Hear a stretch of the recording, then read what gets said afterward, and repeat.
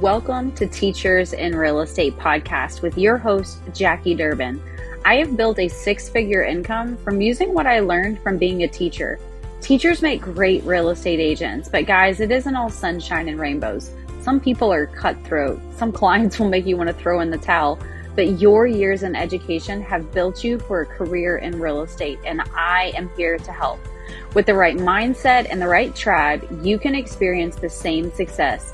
You can either supplement your income as a part-time agent or go full-time into real estate.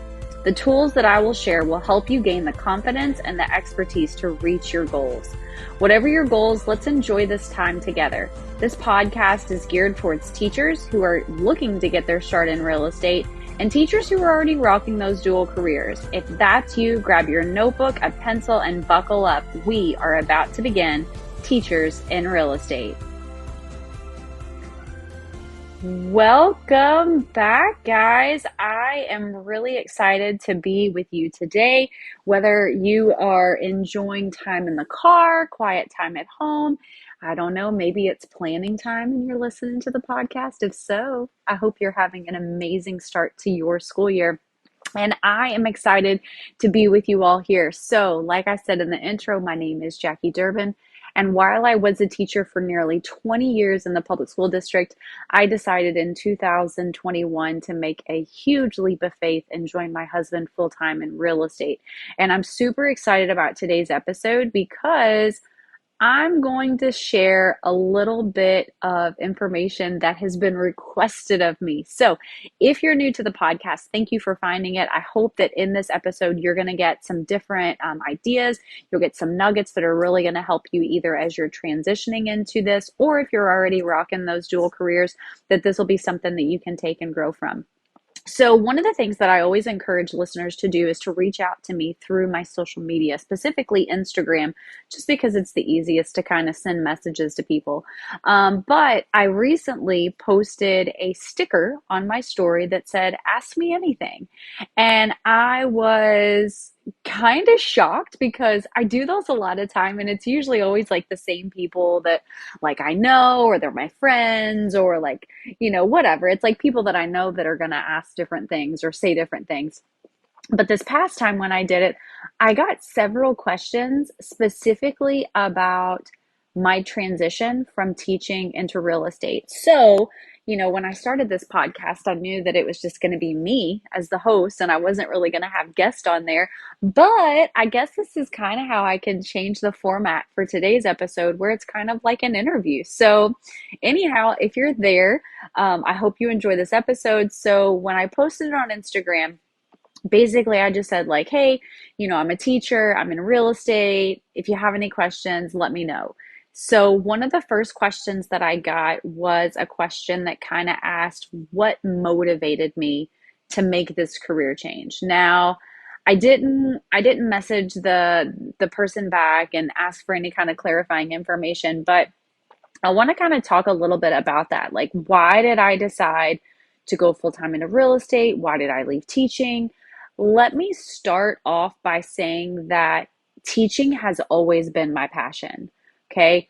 I really don't think there's anybody out there that like grows up and like carries around a briefcase and, home magazines and all that kind of stuff. And they're like, when I get big, I want to be a real estate agent. I don't think people really do that. But as a child, I did grow up with like, and they don't even make them anymore, but like they had like these overhead projectors because my mom was a teacher. And I remember at the end of the school day, I would go into her room and I would get like, it was like this laminate stuff and it had a little crane and you would like roll it to go. But I remember knowing from the very get-go, like at a very young age, I wanted to be a teacher.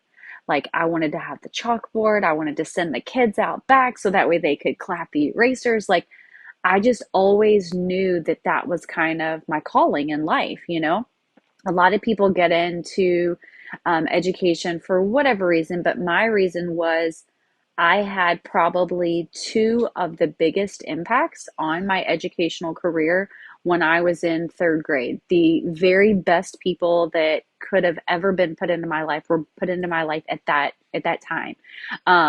And I always tell people I'm Christian, I cuss a little, I like to drink, but I think that that was kind of a God thing. When I was in third grade, there was a lot of transition going on in my family and in our house. And I think God knew that I needed to have these two women specifically. Now, one of them, because I went to a Catholic school, was a nun that was there. Her name was Sister Jovita, and she was probably like, oh, she was amazing. So as a third grader, and for those of you who are teachers, especially in elementary school, you kind of know like what the requirements are, what the expectation is of a third grader. I was very below expectation. Like if we're talking about tier levels, I was a tier 3 student. Like I needed all the intervention that was possible just because I really wasn't making the academic gains. And then my homeroom teacher, her name was Miss Campbell. She's not Miss Campbell anymore, but she was Miss Campbell then. And she made the going to school like so much fun. Like you never wanted to miss a day when you had her as your teacher. Like we went on camping trips. Like she was just amazing. So that's why I wanted like when I tell you I always had a passion for education, it's because of those two women. Now, why did I make a change into real estate, right? Because you're thinking to yourself, okay, Jackie, if you loved it this much, if these people made such an impact, why would you make a change? Well, life happened. Um, in about 2011, 2012, I found myself getting a divorce. Okay, so obviously, when you're married, you have two incomes. When you're divorced, you have one income. And I was not really great at managing my money. I always overspent. I was always living paycheck to paycheck. And while I tried everything, nothing was really working. In 2013, the end of 2013 in December, I met who is now my husband, my second husband, and he was a real estate agent. And I saw how successful he was. And I thought to myself, I think I kind of want to do this. And so I said something to him and I'm like, hey, what do you think? And he was like, you know what? If you want to get your real estate license, yeah. I mean, I'll teach you everything that I know. And I'm like, okay. So that kind of sparked that, you know what? I think I do want to get into real estate. I think I would be good at this. I love talking to people. I really don't have a problem walking up and having full-on conversations with complete strangers. Like it doesn't seem awkward at all. And so that kind of fell into my lap. We were still living in Kentucky at the time. Then in 2018, we moved to Arizona. And once we got here, I was like, well, I guess I have to get my real estate license all over again because it didn't transfer. And so I started all over again. And for about almost 2 years, nearly 2 years, I was licensed, but I really wasn't doing a whole lot. Anytime well, let me rewind. I also had my officiating license, so I could do weddings. And what I knew about people who were getting married was they typically had to go buy a house, or maybe they both had homes and now they had one to sell. And so I felt like it was a great way for me to get business, get people in front of me. Because I mean, if you trusted me to sign your marriage license and officiate your wedding, clearly you would trust me enough to sell your house. And through that process, I started getting referrals. I would stay in touch with the people that I had done their wedding, and I would send them happy anniversary cards. We always had the conversation of, well, what else do you do, outside of this? And I'm like, well, I'm a full-time teacher, and then I also have my real estate license. Who do you know that needs to buy or sell a house? Because I can help them out. And that kind of jump started it. Now, the thought of leaving teaching did not happen until COVID. Now, I will say that COVID is not the reason that I left teaching. Transitioning into teaching over technology was not the reason that I left teaching. I was very blessed when I was teaching in COVID that I taught at a school where we had parents who were very, I don't want to say helpful. Not helpful is not really the word. They were able to be there for their children. Okay, so a lot of obstacles that a lot of my teaching friends who were in public schools, a lot of the struggles that they had in that transition from being in the classroom to, oh, we're going to be out for a week to, oh, crap, this isn't going away. We're going to be out for a lot longer. I didn't have those struggles. All of my students always came to my online classes. All of my students, I don't want to say they flourished in online learning because I don't think any student does. Like their kids aren't meant to learn off the computer, but they did well. A lot of the obstacles and struggles that a lot of public school teachers and teachers in lower income neighborhoods, problems that they had, I didn't. All of my students had computers. They all had access to the internet. They all had access to printers and stuff. So COVID was not the reason that I left teaching. My district or any type of guidelines that were coming to my district or anything like that, that wasn't the reason either.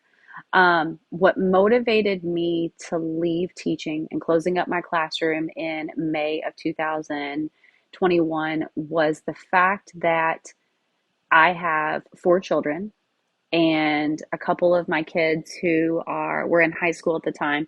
They were really struggling with being online. They were struggling with being away from their friends. Their mental health was not what I would hope for it to be as a parent. And then my son, who has autism and ADHD, he really struggled with being online. And I wasn't able to be there for him and then also be online with my own students. So, what motivated me to make this career change? It was my family. It was putting my family first. I never really was one of those like, oh, I hate it, I'm done. Like, no, I would have taught for forever. And even being out of the classroom for over 2 years, yes, I miss setting up a classroom. Actually, guys, I know this, you're going to be like, that's it, I'm turning this podcast off, but I miss lesson plan books. And I miss writing down my lessons. I miss, creating assessments and seeing like, wow, did my teaching really work? I miss watching kids sit there in a lesson and then like the light bulb goes off. I miss that stuff. But what motivated me to make the change, it was I really needed to put my family first, and I needed to be able to have a career where if I needed to take time off to take care of my own family, that I could. And in teaching, you can't really do that. You can't be like, well, I need to take a couple days off, because then your students suffer and then you feel bad because like you're not there and a substitute really can't do what we can do. So for the listener who asked what motivated me to make that change, sorry guys, I know that was like a 10-minute story, but that is what motivated me. So, anyhow, okay, the next question that came through was, can you tell us more about ways that you have undertaken to help fellow educators? Okay, so I don't really know if it's fellow educators. So probably the biggest thing that I've done since I got into real estate to kind of give back to teachers is creating this podcast, right? So Teachers in Real Estate really did come from a place of I know the struggles that a lot of teachers have. Even when I was, I don't like to call it single parenting because I really was not a single parent. My daughters had a father, very active father, very giving father. We were co-parenting, okay, and I just happened to go down to a single income, so I don't like to call it single parenting. But anyhow, I was blessed that I had parents that were able to help me out, right? So like, I remember my brakes went out and my dad met me up at the car shop and like gave him his credit card and my brakes were paid for. Um, if I didn't have enough to go, like my parents just took care of me. However, I had a lot of friends who were in teaching that really struggled financially being able to make ends meet on their teacher salary. Maybe they were not married, or maybe, their spouse had lost a job, or maybe they were divorced like I was. But I saw a lot of teachers really struggling to make ends meet. And I know so many of my teacher friends would like sell things on Teachers Pay Teachers, or maybe they were doing like a multi level marketing company. And so the whole idea of teachers in real estate is giving educators the knowledge that they need to be successful in this career and not have to leave the classroom. Like, if anyone is listening to this and they're like, wow, oh, you're just trying to get all the teachers to leave the classroom. Absolutely not. The students and the kids that we service as educators, they need us and they need good teachers. So the last thing I would ever want to do is to create some type of movement where all teachers are leaving. But again, I also too want to provide opportunities to be able to help teachers if they do need extra money, or if they want to pay off their student loans, or if they want to be able to like pay for their kids' college, or if they want to pay off whatever, if they want to give back to the community, if they want to start a nonprofit. I want to give always back to the teachers. Other things that I've done is I've tried to, just because I'm around a lot of real estate agents, right?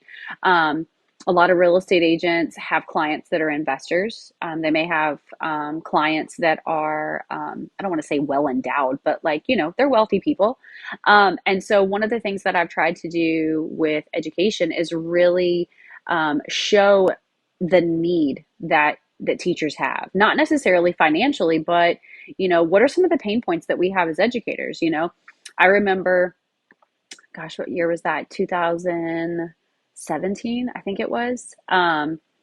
The Kentucky State Department was trying to do a state takeover with all of the public schools in the entire state, and they cut a lot of the budget. They were starting to take away part of our retirement. They were changing up our contract. They were doing all these different things, and I remember one of the things was they said that we couldn't ask for Kleenex for our classroom, and I'm like, what are the kids supposed to wipe their hands on? Like, their noses. Like, what does this do? Wipe it on their hands? Wipe it on their clothes? Like, how does this work? Like, we have to have Kleenex. And so one of the things that I like to do, especially when I have opportunities to be around people who have not been in the classroom since they were a student, is really bring to light the different types of struggles that we have as educators in our classroom. We have students who are coming to our school that are coming into the classroom, right?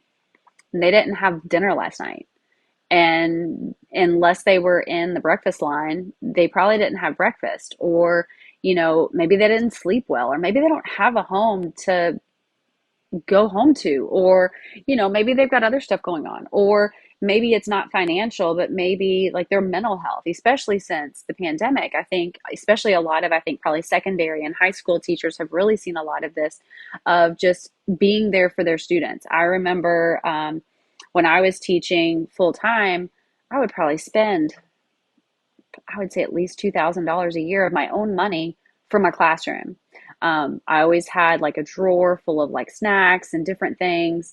I was teaching at a Title I school, so like they were doing what was it, backpack blessings in a backpack, and they would give kids bags of food for the weekend and over the holidays and stuff. So, but one of the things that I think I do a lot that I've undertook was making sure that people in other industries understand how to support teachers and how to support educators. Now, I will tell you this isn't necessarily how I'm undertaking to help fellow educators, but one of the things that I started for real estate agents, that kind of piggybacked off something that I learned from being a teacher, is a retreat that I do. I founded it. It's a 3-day retreat, and it's called Rewire. So a Rewire is a retreat for women in real estate.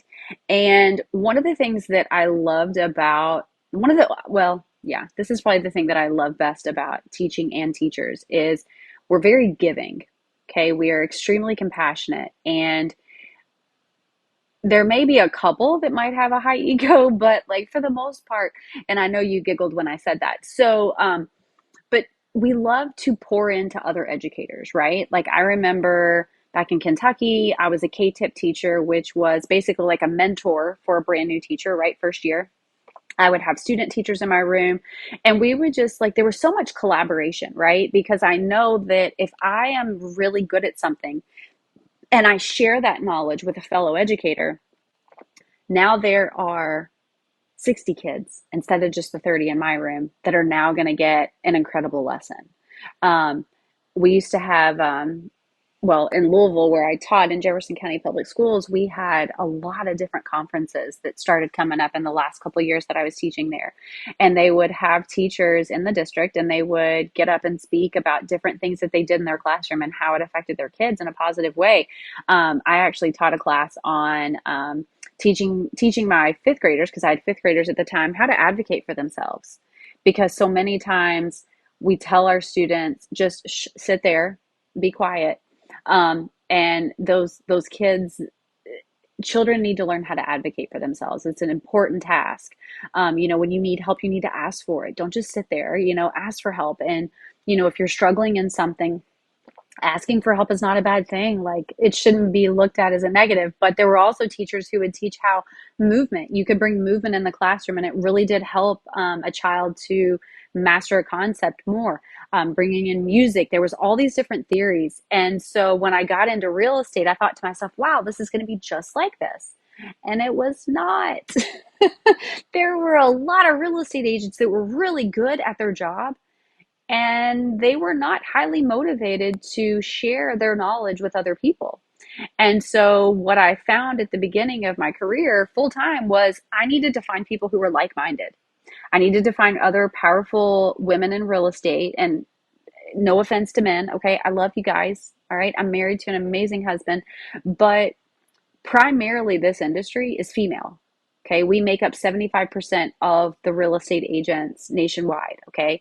However, we are not making up the majority of the top producing. And the reason why is because we're not coming together and sharing our ideas so that way we can all be successful. It's that idea of scarcity, right? The scarcity mindset of if I share what I'm doing, then it's going to take away from me. And that's just not the case. Okay. Most consumers know 5 to 10 real estate agents right off the top of their head. They pick the person that they feel the connection with most. So let's say that Jill down the road, who's a real estate agent, she's doing this really amazing thing with her open houses. If she shares that with me, that doesn't mean that I'm going to get any of her customers. Her customers are still going to be loyal to her because they enjoy her personality. They value what she brings to the table. People who choose me are going to value what I bring to the table. They're going to appreciate my personality. So, Rewire was a way to kind of create this movement of let's come together, because the more that we share, the better the service that we're able to give to our clients. It's no different than when teachers would come together in like a pub or a PLC and share different ways that they assess or present a topic or scaffold a lesson or anything like that, right? So yeah, initiatives that I've done, those I think those are probably the ones that I would talk about more. All right. Another question that came up were, what are some key tips that you would offer to teachers considering a career in real estate? Don't, no, I'm just joking. That was just a joke. One of the things that I would do is I would, well, first of all, study. Okay. And study for your real estate exam the way that you would tell your students to study for a test. Okay. Make flashcards, memorize your vocabulary, really kind of like make sure that you're prepared, but then again, don't take forever. So, like here in Arizona, it was 18 classes that I had to attend, like 18 different sections. And I did 3 a week. I think it was 3 a week. Yeah, it was Monday, Tuesday, Wednesday. I would do 3 a week. And then on that Thursday, Friday, Saturday, Sunday, I would study and read over my notes and do my vocabulary for those 3 lessons. Then when the following Monday, Tuesday, Wednesday started, I would complete that process again. Then I'm trying to think, I finished my classes on like a Wednesday. I took the test on Thursday for the class, passed it, and then took my national and state exam on Friday and passed it. And a lot of people, I will tell you this, okay? If you do not pass your real estate exam on the first try, please do not feel bad about it, okay? It's like a 54% pass rate. That's it. There's 54% of the people who take it that pass it on the first try. I think the only thing that really made it where I was able to pass it is because I truly used the same skills that I would teach a student how to study for a test, and I put that in practical application. I also had a very supportive husband who was willing to take care of everything in the house and our kids, so that way I could really take the time. So the first thing is study for your test and pass it. Okay. The next thing is you need to interview brokerages that are going to help you grow.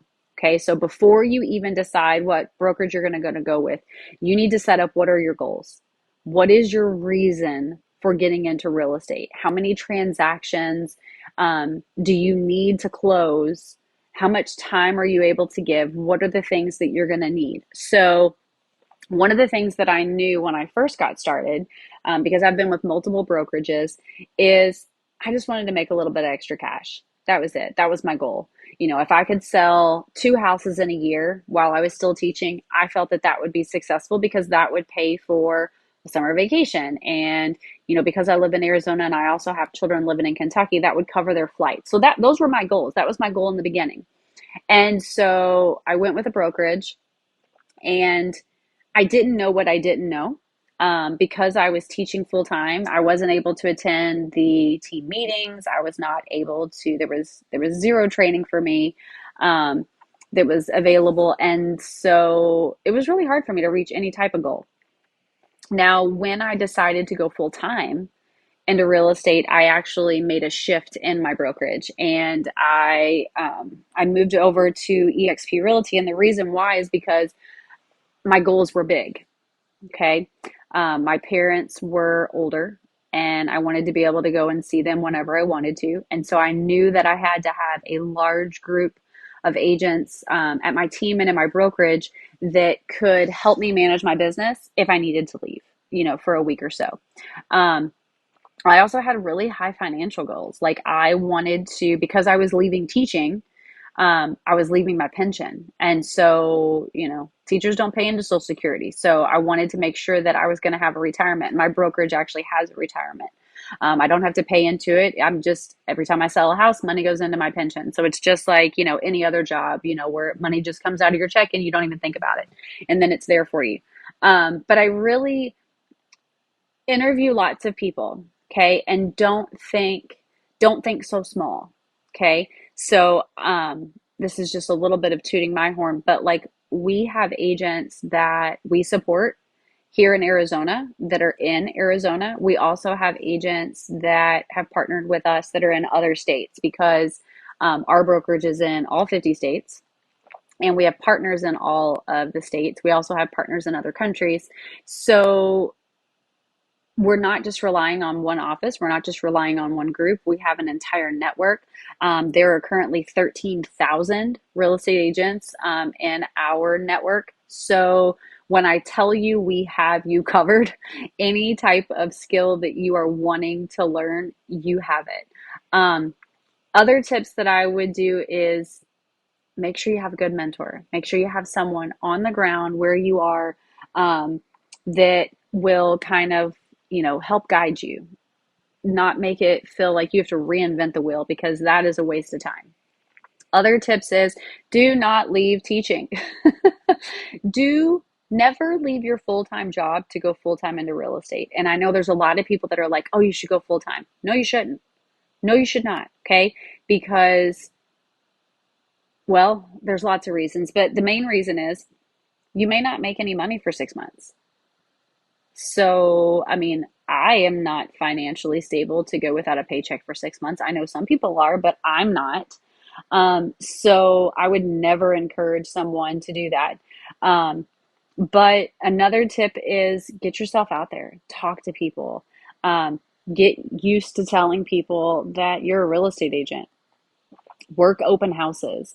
Open houses are a great way, especially early on in your career, just to practice getting in front of people and talking. Because here's the thing, these people at the open house, they're strangers. They don't know you. You're probably never going to see them again. So if you happen to mess up, it is not that big of a deal. Okay. The other thing is, getting used to talking on the phone to people.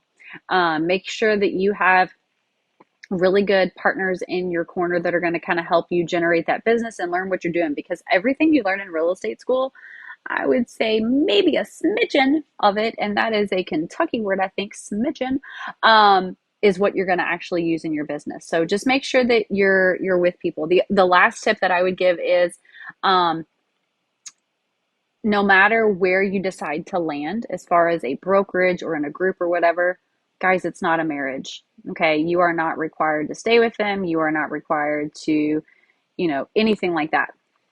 If it works out, great. That's amazing. You have found a great home. Stay in that home until you're the smartest person in the room. Once you're the smartest person in the room, get the heck out of that room. Okay. You should always put yourself in rooms with people who are going to help you continue to grow your business. And the moment you have outgrown them, that's when you're in the wrong room. Okay. So change your circle. So those are just a couple tips. All right.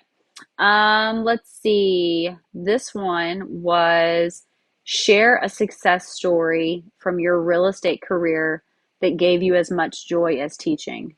Oh, okay. Well, that's hard because okay, well, first let me tell you my greatest success story in teaching. So I was teaching first grade, and I had this little boy in my class, and he was Well, he he's one of those students you don't forget. We'll just say that, okay? He had a little bit of behavior problems. He liked to talk when he wasn't supposed to talk. He got into trouble. You know, he'd bend the rules. He'd walk all over that line of like, this is what you're supposed to do. And there was a lot of other teachers in the building who kind of saw him as a troublemaker. And academically, he was struggling a lot. Um, and so, because of the things that he needed, he got different interventions with different teachers. And actually, this is a success story, but this is kind of an embarrassing story too, but that's okay. So, anyhow, he went to the intervention with this teacher and he came back in the room early. And I'm like, what are you doing here? And he goes, she sent me back. And he went and he sat in his chair and he kind of slumped down. And I was still in a reading group. And so I finished up with my reading group. And then I walked over and I said, you know, come in the hall with me. Let's go talk. And here's the thing I learned really quickly in teaching was don't stand in front of the student. Okay. And the teacher who taught this to me had been teaching for a long time. And she said, think about this with sports. When you are up against your opponent, where are they standing? And I'm like, they're standing in front of you. And she goes, exactly. She goes, where are your teammates standing? And I said, oh, they're standing beside you. So whenever I would talk to a student, I would always make sure that we'd sit down next to each other. We would be shoulder to shoulder, not face to face, because I wanted them to see me as a teammate, not as their opposition. So anyhow, so we sat down on the floor there in the hallway, and I looked over at him and I said, "What is going on?" And he was like, "What?" And I was like, "Why did you come back early? Like, I don't understand what happened." And he was like, "She doesn't like me." And I'm like, "That's crazy." I'm like, "Teachers have to love you."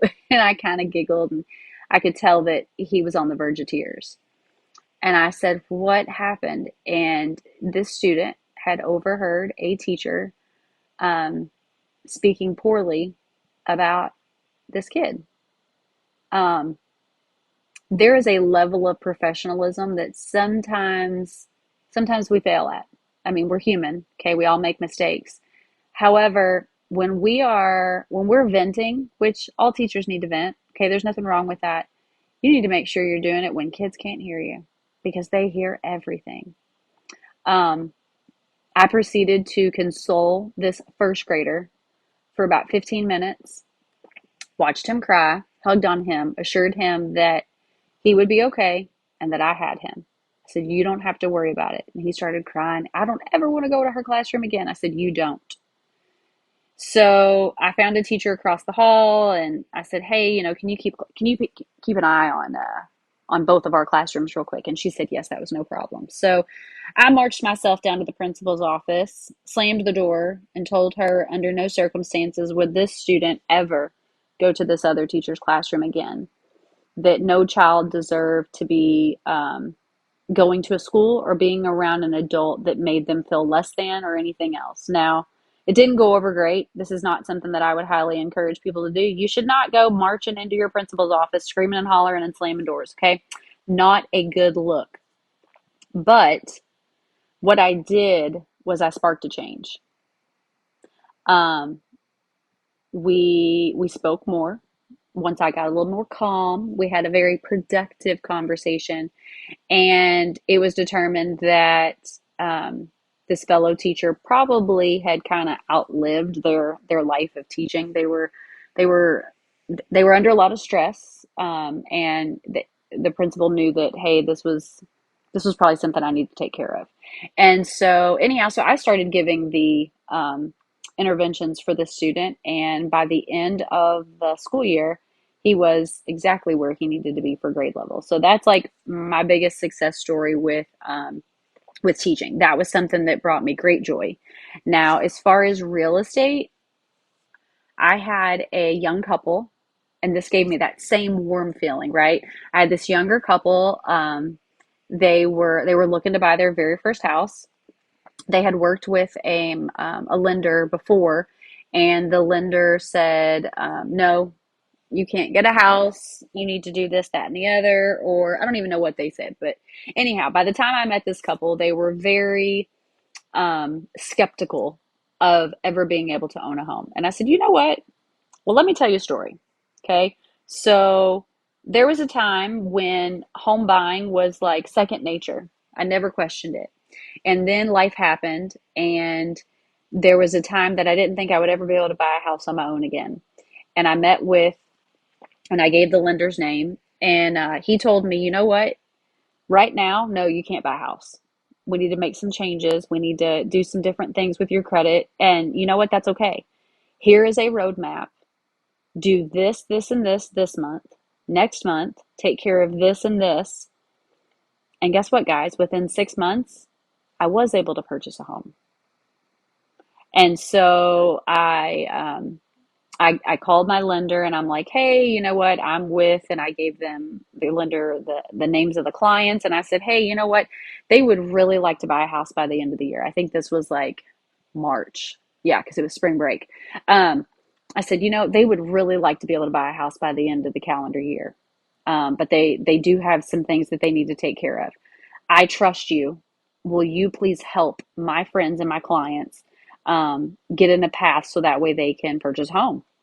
And he was like, absolutely. I would love to take care of them. You know, just give them my phone number. And I'm like, well, they're sitting right here. And so he took the application and, you know, helped them with all of that. So that was March. In September, they received notice from the lender that they were pre approved. They could go and buy a house. And by Christmas time, I think it was like 2 weeks before Christmas, they actually, I was able to give them keys to their very first home that they'd ever bought. And the one thing that I remember when I handed them the keys, they said, "We didn't think we would ever be able to do this. Like we thought we'd kind of given up on this goal, and you know, thank you for fighting for us." And it brought me right back to that time when I was sitting in the hallway with that little first grader who probably thought to himself, wow, you really fought for me. Because I'm telling you guys, there was probably like, I looked like one of them cartoon characters when I was walking down the hall of that principal's office, like steam coming out. So that's my biggest success story, right? My biggest success story in real estate is not selling $1 million house. It's not doing anything like that. It was helping a couple who were told no, and I helped that no turn into a maybe, and then that maybe turned into a yes. So that was amazing. All right. Let's see. Okay, last one. Any kind of encouragement that you could give to teachers contemplating a career in real estate? Um, okay, I'm going to take this from the perspective that of how I would be thinking if I had written that. You know, it's really hard, I think. Teachers put a lot of we put a lot of stress on ourselves, right? We have to stay in the classroom because if we're not here, who's going to take care of the kids? You know, and then if you go and you tell your peers, I'm contemplating leaving teaching, you might get a little bit of backlash or anything like that. So if you are a teacher and you're contemplating a career in real estate, I would just, I mean, and I know this is going to sound cliche, but pray about it. Pray about it and see if it's something that you really need, you know, if you're ready to go and do. Um, if you're worried about people's opinions or what they're going to say or anything like that, guys, it really doesn't matter. Your opinion of yourself is what matters. Everyone else's, it's just a bonus. And if it's a good one, that's great. And if it's not, well, then you know what? My daddy used to say opinions are like butt cracks. Some of them smell worse than others. So just know that the people who would support you are going to support you, and the people who don't are not. Um, but if you are contemplating a career in real estate and you have questions, if you have state specific questions or like, what do I do and how do I do this, please reach out to me. Like, I am all there for you, no judgment at all. All right. Well, this has been a really fun podcast. I've really enjoyed this one. So, for the people who sent in questions, I really appreciate it. For those of you who sent in questions and I didn't get around to yours, I'm sorry, but like this is already going on like nearly 40 minutes of the podcast. So, this is the longest podcast episode I've ever had. I hope y'all are listening to the whole thing. But being a teacher is a true gift, right? Being a real estate agent, guys, it brings the exact same passion. You know, it's fighting for people that don't think that their goal can be made. So I love it. I know that if you think that you'd like to get into it, then that's awesome too. So, and I'm here to help. Guys, if you will do me a favor, please make sure to rate and share this podcast. I would love to have other teachers, educators, administrators, whoever is in the education field to be able to find this podcast more easily. Also, connect with me on Instagram. And for those of you who already have, thank you so much. I love connecting with people and getting to know people and seeing how I can create more content that is actually valuable to them. So on Instagram, my handle is at Jackie Durbin AZ. That's JACKIE DURBINAZ. Reach out with any kind of questions about getting licensed, gaining business, or taking your business to the next level. Guys, I hope you found this episode helpful and inspiring. Thank you for tuning in to Teachers in Real Estate. Join us next time as we explore more tips and tricks to excel in the world of real estate. Until then, keep reaching for those goals. See you next time on Teachers in Real Estate.